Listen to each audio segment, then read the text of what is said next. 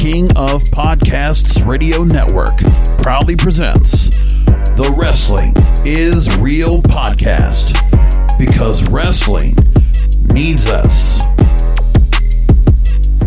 As I begin this recap of AEW Revolution, we're going to talk right off the bat of the two things that everybody is up and griping about.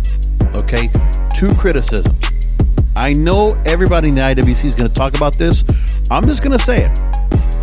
Yes, the end of the barbed wire match, the post-match, where there was expected to be this big kaboom, right?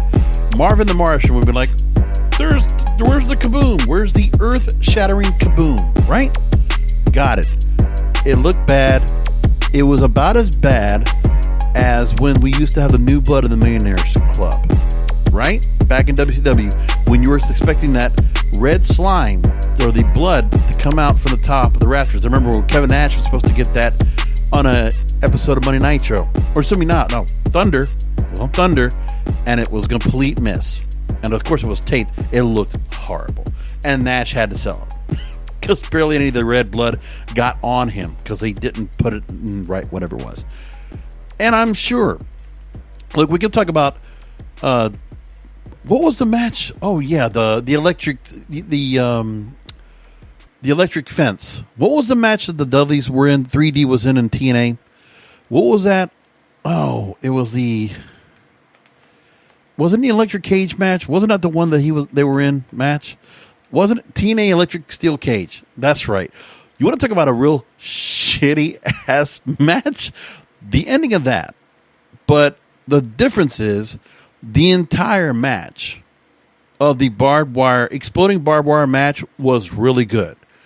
So if you want to go ahead and shit on the ending and say the match was horrible, go right ahead. I'm not going to say that. Am I going to admit that ending was shit? Absolutely. That was a misfire. Okay? That was a miscalculation. Something didn't work right. Okay, the effects are being done live. I don't know what happened, if they'd run out of effects. But otherwise, the match itself was executed pretty well. I can't complain about that. That I really enjoyed. Honestly, I mean, I don't know if it felt like that was the match that gave me the most awestruck because of the way it was set up. But obviously, they told the story in it. They definitely made a point where Omega and Moxley had to go and put it all out there after everything that happened between them to get to this point. I get that part.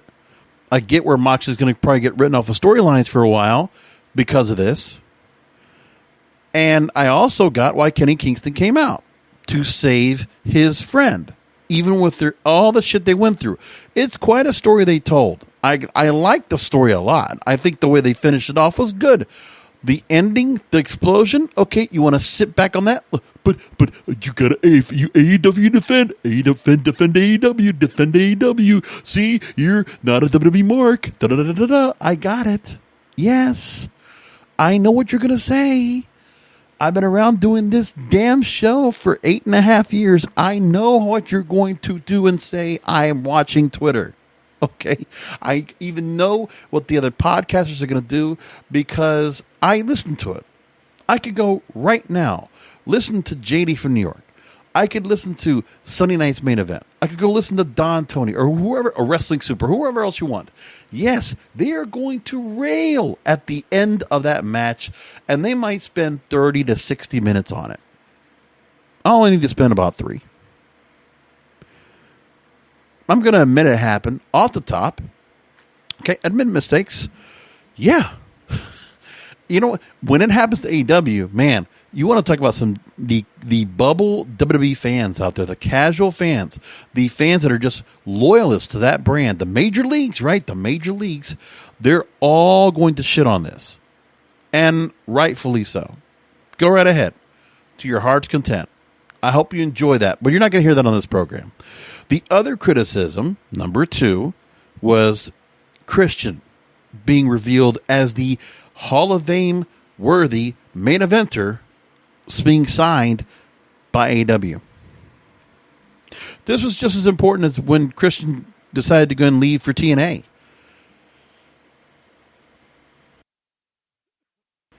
And I felt excited about when that happened back in 2005. I thought it was a really big deal. Now, people might not have liked Christian Cage in TNA, accompanied with AJ Styles, as a matter of fact. People don't remember that, I'm sure. That's okay. All right, because with that match, or with that setup, with Christian Cage, I think what set him up, his time in TNA helped him to build kind of the character where the Peep Show came from. Because no one wants to hear this, but I'm going to say it, and I'm sure some people might agree with me, but Christian's always been second fiddle to Edge. Edge and Christian's a tag team. Everybody loves, loves, love. But the truth is, with WWE, Edge was the Shawn Michaels, and the Marty Jannetty of the team was Christian, always. And Christian, I get it. They never saw his body had a certain look, didn't have the kind of charisma. His matches were kind of weak. I get it. And even I felt like when it comes to him in ECW, it was a little bit, he was kind of just bland. And some of his WWE run with some of the feuds he got into as well, same thing. And that's justified. But the truth is, I just think they always held Christian down. I always felt like that. As a singles competitor, I mean, they gave him titles and all, sure. But the way they used him, the way they presented him, never liked it. I always thought he had a more of an edge when he was somewhere else. So when he was in TNA, I liked him as Christian Cage. I actually liked the Christian Cage character better than I did the Christian character. Believe it or not. I've always felt like that. And just some wrestlers always kind of give me that kind of feel where, again, when the company's not going to use you, much like Big Show, if you're not going to use him properly as a guy you've had around for years in that company, then what do you expect him to do? Okay, and obviously we talked about this before. Big Show likes paychecks. He likes to get paid. He will go where the money is, and that's what he did. And he's also going to go where he's going to feel respected, which he's also going to do. Christian is going for money and to be respected. What's wrong with that? Now, these guys, okay, they are, will they be full-timers? I don't know. I don't think Big Show absolutely, again, as announcer, part-time competitor. I think Christian has some little bit of time he can go ahead and work out there. I think there's a lot of matches you could put with Christian in. Christian Cage, you could have a lot of matches with. And I think what they did, in my opinion, is that with Jon Moxley in that match, they were writing him off. And I think Christian Cage is meant to be somebody that kind of fits a main event role as they're building someone else to be a main eventer. Okay? Because everybody's working with somebody to be mentored. All right? Darby Allin paired with Sting. Right? FTR paired with Tully Blanchard. Lance Archer paired with Jake the Snake Roberts. And, this right here, having somebody come in like Christian that can go ahead and, you can at least get a good promo out of him. You can get matches out of him. And I think if he gets to work that's a style that's not WWE style, he can work. He can do well. One of my favorite matches of Christian Cage anyway, or Christian in general, and you might be surprised if you remember this, do any of you remember TNA Impact? They did a full 60-minute episode with Christian Cage versus Rhino. That's a great match. It really was. I bet you nobody remembers that match, but I do. Again, I watched those matches, and I did enjoy it. The 8 Mile Street Fight, that's what it was. Man, I forgot about that match. It went a whole entire Impact episode. So it wasn't 60 minutes per se. But again, they did 40 minutes plus. And I liked the match. It was really good. I enjoyed that match. That was actually one of my matches of the TNA Impact era. When they were just getting themselves kind of kicked off and started. Jim Cornette was doing the kind of the general manager kind of deal, and Shane Douglas was back there. It was just a lot of stuff that was going on. I actually like that era of TNA Impact. And a lot of people always look back and they kind of praise that time because that's when really things were fun. Team Canada was there, all that. So at this point here, what happens is Christian Cage, he gets to be this veteran that gets to work with a lot of stars. Now, who's he going to work with? I don't know. But he's not to the point where that guy is not usable. I don't think he's like that. I think there's just something you can do with him. I don't know how well he'll do. I'm trying to look at his age. I'm trying to think, okay, 47 years old. Yeah, he's up there. But again, he can still work. As long as he's not injury prone, that's good. But again, he's not going to work the tough schedule. They're not going out on the road. See what happens with him. And I prefer it. Again, I always felt like they just don't use him right. And for more than anything else, Christian Cage, okay, you're always going to have him as like the second banana to Edge. However they're going to do it, Edge is always going to be top dog. And that's also how it's always going to be set. Until there's a point where there's a tag team and Edge and Christian are built together. But really, Christian's never going to get built like what Edge is doing. They're never going to do what Edge did, what they did with Edge anyway, because they never looked at him in that way. Edge always got the big feuds. Okay, he got the long-term feud with John Cena, right? And so many other things that he did. The Rated R Superstar, he got the build of the character and a whole lot of things that went along with it. He's the one that got it. Okay, and that's how it worked out. So I have no issue with him coming into the company. And listen, if it's for a chance to go ahead and continue working and to continue to go ahead and work his craft and be able to go and do what he likes to do in a style that's not going to be inhibited or, restricted. That's the word I'm looking for. He's going to get to work how he wants to work. And good for him. He's a familiar face, much like Big Show. It's some more faces that you get familiar that are from the WWE. And again, they're not just picking off stars. I mean, again, try to imagine who else they could have chosen to go and bring on board. Yes, CM Punk. That wasn't going to happen. I just don't see all of a sudden, like the story that would come out of that would be ridiculous. I don't see that happening. I don't think that we're going to go that route. So Christian coming in, that's not a letdown to me at all. I think that's significant. That's a significant sign for them. The way they did it, fine, symbolic. I got it. So good for him. Let him come on in. Let's see what he does. I don't think he's going to give us any crap matches. I don't think he's going to disappoint. But again, he is taking a spot, probably. But again, who's there that's really taking the spot right now that is the spot? Because Jon Moxley's spot is going to be let go right now for the time being. Who's going to fill that? Who's going to be that top babyface? I mean, you got to ask yourself the question. Who is that top babyface right now on the roster? For me, I'm trying to think, Darby Allin's one of those top babyfaces, but he's, again, TNT champion, this and that, right? Cody, obviously, is one of those top faces, but again, he's trying to hold himself back. You got heels galore, Jericho, MJF, right? And then that mid-card is just the mid-card, which, let's talk about that.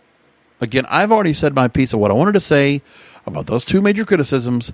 Everybody's going to say what they want. You go ahead and spread out, group chat, get on Clubhouse, Twitter Spaces, whatever the hell you want. Go talk about it. TikTok it, Instagram Live, stream your thoughts. Go right ahead. It doesn't matter to me.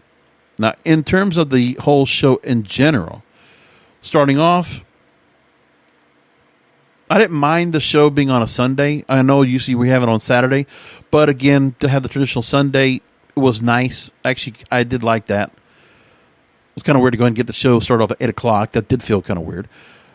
In the matches themselves, Dr. Britt Baker and Maki Itoh beat Riho and Thunder Rosa. I only caught the last couple of minutes of the match, and again, some screw job stuff with Reba, kind of doing some stuff with a crutch at the end so that Britt Baker could get the win. And then into the main event. Now, the booking of the show was actually quite interesting. I didn't think it was badly booked at all. I think they kind of did spread it around pretty good with a couple of matches that didn't give me too much. But again, I wasn't bored by some of the mid-card stuff. That's okay. Now, Young Bucks, Inner Circle, AEW World Tag Team titles, a hell of a good match. Jericho and MJF were very good in this match. I actually was surprised that Jericho and MJF did not get a chance to win.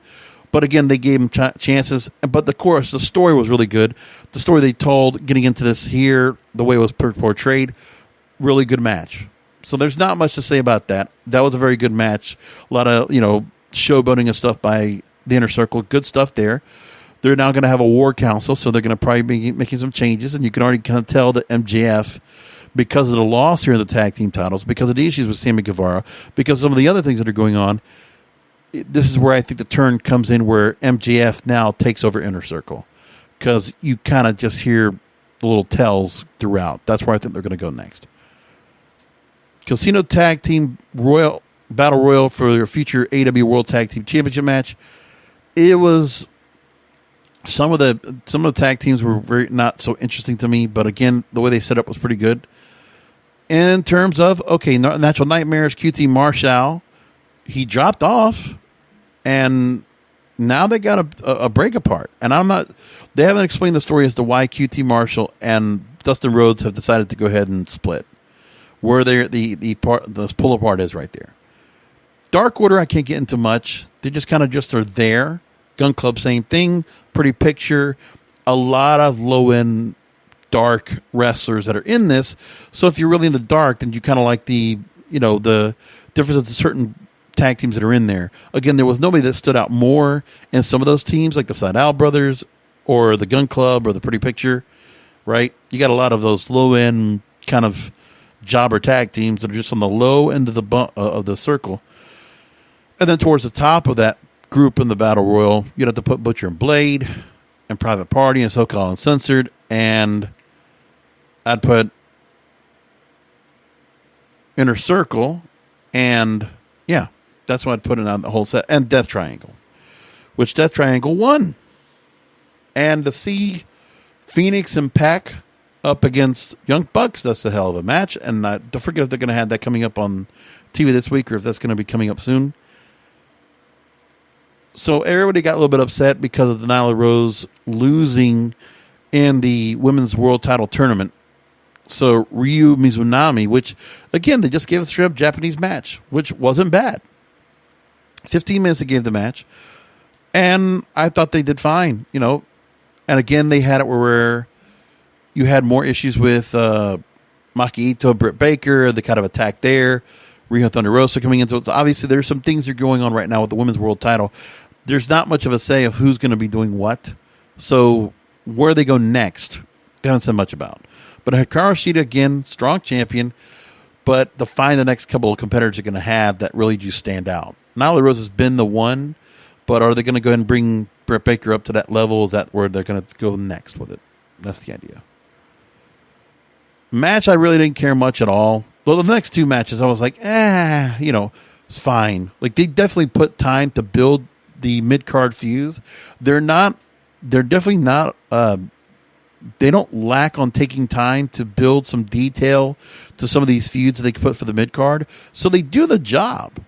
Are they meant to be, like, super spectacular? No, but they're fine, and the story comes out fine. So Miro and Kip Sabian win over Best Friends, and obviously with Chuck Taylor getting all beat up and Orange Cassidy getting pummeled by Miro on a regular basis, they wanted to make Miro look strong, and I'm sure there's going to be some point where Miro's going to have to go and be a singles competitor once again with Kip and Penelope at his side. Somewhere they're going to go that down the line, the best man. Now, they did have a good match. Matt Hardy, Big Money Matt Hardy and Hangman Adam Page. That was a good match. They got a good story going on behind that, and they definitely played that up. That was a good match. I don't have much to say about it. They're just like, nothing stood out and just like, oh, wow, I got to talk about this. Because they were just good matches. They were like good Dynamite matches. That's what it was. That's what I felt like with Adam Page and Matt Hardy. That's what I felt like with the tag team match with Miro and Kip and the Best Friends. Last three matches really did stand out. Face of the Revolution ladder match for a future AEW TNT Championship match. So everybody's going to go and talk about Christian Cage being like the big signing that came in, the big debut. The one that stood out for me is All Ego Ethan Page. Listen, that guy, I know there was a lot of stuff said about him in the Indies, but to see him go and break away from the North and the run that he had over in Impact Wrestling, I thought the Impact Wrestling run that he had with Walking Weapon Josh Alexander was fantastic. I thought the North was a wonderful tag team. Really good. I'm surprised they decided to break it up. But, yeah, Ethan Page got the better of it. And actually, it was supposed to be where I thought Josh Alexander would have been the one, because the walking weapon, Josh Alexander came in first. But now he's still there. He's going to be single star in Impact. That's good.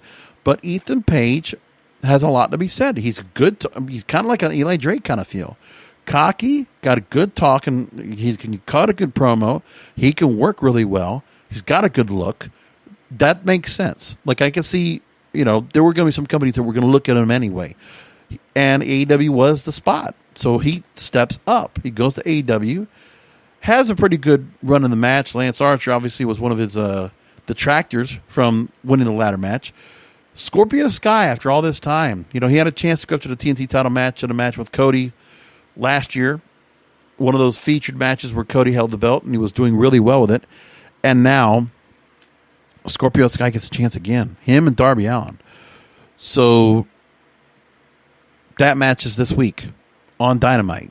That's a hell of a match to have. Loved it. Now, the match that was from top to bottom, from the beginning to end, the match of the night was a street fight.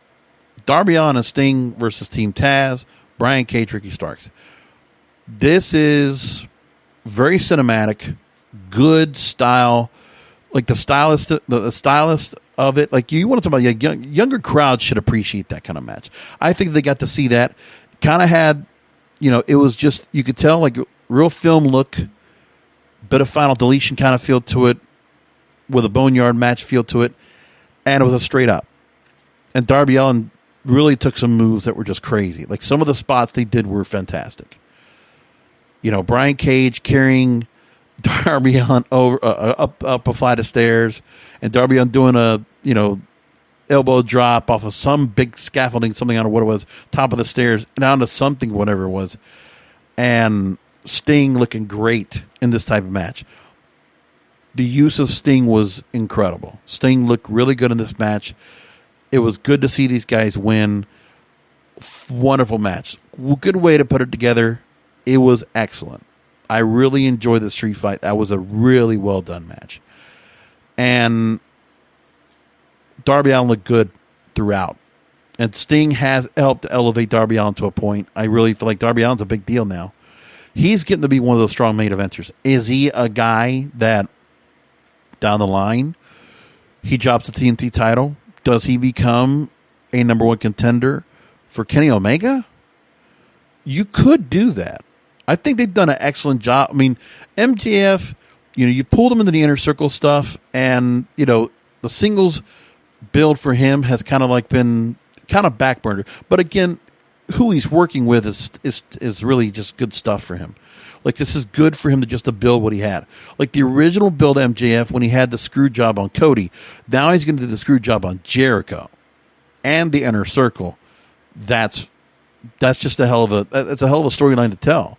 Like, you put the trust in MJF all this time invested, all this capital, and here we go. Screw job, love it, great.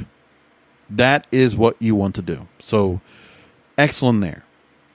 Now, finally, you wanted to basically have this exploding barbed wire death match. This is the blow off to the feud. Moxley and Omega, which has been done for a couple of years. And when they started off the company, the promotion, and Kenny Omega gets the belt, screws over Jon Moxley again, and Jon Moxley's out. So they can always come back to that story again. The story of what they did with the exploding barbed wire, like you hear them, they both get bloody. Jon Moxley took a big brunt of the stuff, and it was like, that guy just, he loves you could just tell he just revels in this thing. Like both of these guys, you never thought, again, Kenny Omega obviously bringing something from Japan, Jon Moxley getting to work in a match like this. This is like best of both worlds for both of them. So you can tell they were enjoying to do this match. They relished in being able to do this match in a main event. And AEW allowed it and sanctioned it. That's something special. And when you had Moxley about ready to be pinned by Omega, and he uses the leg on the rope, which explodes the damn barbed wire, that's a hell of a move. That is genius. And what a way to turn around the match. That's quite a telling point. Good Brothers coming in to interfere because Kenny Omega couldn't do it by himself. Keeps Jon Moxley strong. Now, does Kenny Kingston come into play, and does he go ahead and attack Kenny Omega next, just for defending his brother in arms, Jon Moxley? I think that's where you go next, as you're trying to build up the next contender for Kenny Omega. I think that's where you go next. You could build that up right now. So that'll be interesting, because, I mean, right there, Kenny Kingston turns face for defending his friend. That's him turning face, I would imagine. I don't know if they're going to say that or not, but I think that's what happened. That was a face turn. And so that was all good. Again, sure, let's complain about the exploding barbed wire at the end, the explosion. Oh, we're supposed to get something out of, like, I don't know. They thought there was going to be like an electromagnetic pulse type super explosion. The top of Daily's place is going to get blown up. What do you guys think they were going to do? Okay, they had to protect the people in the ring. Like, really, what did you expect them to do? I have no clue, and I'm not here to try to figure out what they were going to try to do to make things work out. It wasn't good the way that final 5 minutes ended. The post-match we could have lived without, but I got what they were trying to do. That's the whole point. I don't know how they're going to, portray that in the highlights when they're going to put it on Dynamite this week. I don't know how they're going to do that. Or if they're just going to admit there was just some flaw right there. Or what do they do? I don't know. But everyone to go and shit on the very last second. And it's like, hey, man, some people were just like in a movie. If the ending's not good, then the whole movie's ruined. I got it. Fine. Now, I want to talk about one other thing, which we'll go into more detail on the podcast this week. And that's the story that's come out from Dave Meltzer, that there's some reported changes being made to the WrestleMania 37 card. I wanted to bring this up and insert it here before we go ahead and go to that. But then again, I want to go and see if they start making changes to it. And we will focus on that on the Wrestling Observer podcast Wednesday going into Thursday. So here's what we got from Blake Ostreicher, Forbes.com. He reports from Dave Meltzer in the Wrestling Observer newsletter that McMahon wants the show to be bigger than it is currently shaping up to be. And Meltzer writes that McMahon decided this week that the show needs to be bigger and to change plans accordingly. And there's nothing specific about it. McMahon had gotten upset over recent internal links that spilled the beans regarding plans for The Miz to battle Bad Bunny and for Roman Reigns to wrestle Edge for the Universal title at what is their biggest event of the year. Well, you're kind of putting it there. We kind of see where we're going to go to that. So McMahon and WWE have reportedly been restricting information from the superstars themselves to prevent more from leaking out. So this is, again, I talked about this, overthinking the obvious. We talked about this last Wednesday. This is what they're doing. And now they're going to affect the biggest show of the year. Why they want to do this? It's just one man. It's Vince McMahon. He wants to do it.